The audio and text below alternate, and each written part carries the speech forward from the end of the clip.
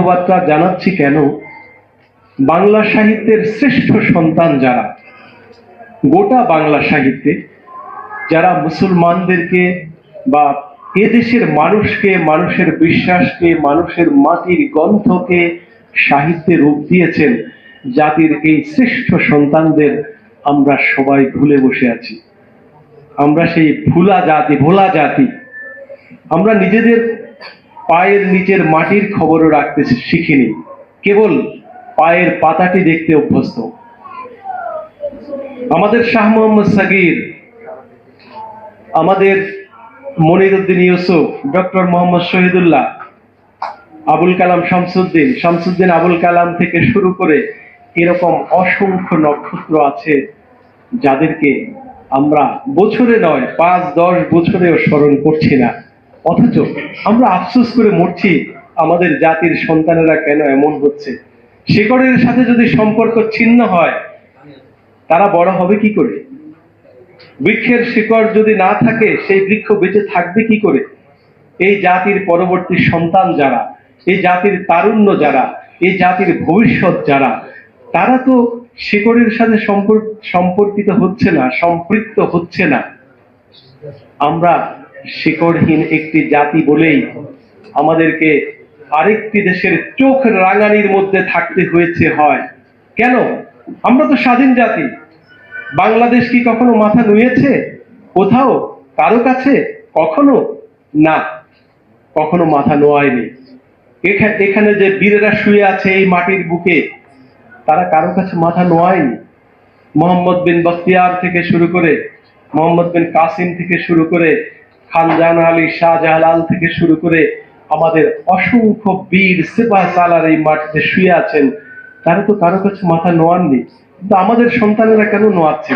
তার কারণ হলো আমরা শিকড় বিচ্ছেদ। এজন্য আমি ধন্যবাদ জানাই কর্তৃপক্ষকে আয়োজন করার জন্য।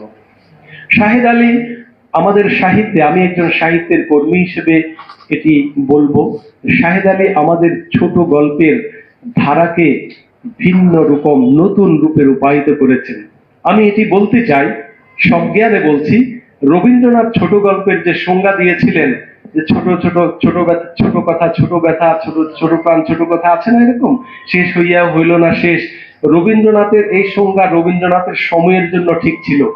এরপরে এসে আমাদের শাহেদ আলী, আমাদের আবু রুশ, আমাদের আল মাহমুদ, ইভেন আমাদের হুমায়ুন আহমদ বাংলা সাহিত্যে ছোট গল্পের চেহারা বদলে দিয়েছেন।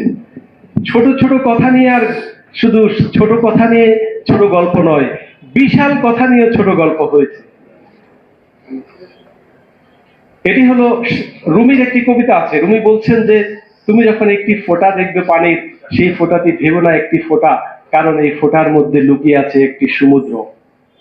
ঠিক ছোট গল্পের শরীরে বিশালত্ব লুকিয়ে থাকে, আবার বিশাল জিনিসকে ছোট করে নিয়ে আসে ছোট গল্প। তেমনি শাহেদ আলী এই ধারাকে ভেঙেছেন এত যোগ্যতার সাথে, এত নান্দনিকতার সাথে। যারা শাহেদ আলীর গল্প পড়েছেন, শাহেদ আলীর লেখার সাথে পরিচিত, তারা সম্ভবত আমার একটি সাক্ষ্য দিবেন। আপনি ধরুন বন্যা নামে একটি গল্প, তার গল্পে কি থাকে? গল্পে থাকে একটি গল্প, একটি ঘটনা থাকে, কিন্তু গল্পেও যে একটি জীবন থাকে, সেটি কে দেখিয়েছেন? শাহেদ আলী দেখিয়েছেন। গল্প শুধু ঘটনার পরম্পরা নয়, একটি ছোট ঘটনা নয়, বরং আস্ত একটি জীবন থাকে, আস্ত একটি সমাজ থাকে, সেটি তিনি দেখিয়েছেন। আমি 3টি গল্পের নাম বলছি। একটি হলো বন্যা, একটি হলো আরেকটি রিপোর্ট, আরেকটি হলো মহাকালের পাখনায়। বন্যা গল্পটি একটি ধাত্রী, তিনি অনেক কষ্ট করে তার সন্তানকে লেখাপড়া শিখিয়েছেন। সে বড় হয়ে লেখাপড়া শেষ করে সরকারি চাকরি পেয়েছেন।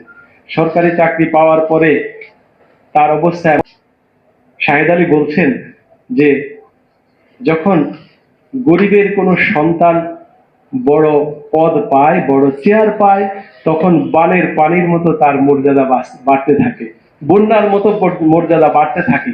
তার মর্যাদা বেড়ে গেল, তখন এই সন্তানটি তার মা ধাত্রীর কাজ করছে এটি আর কোনোভাবেই মেনে নিতে পারছে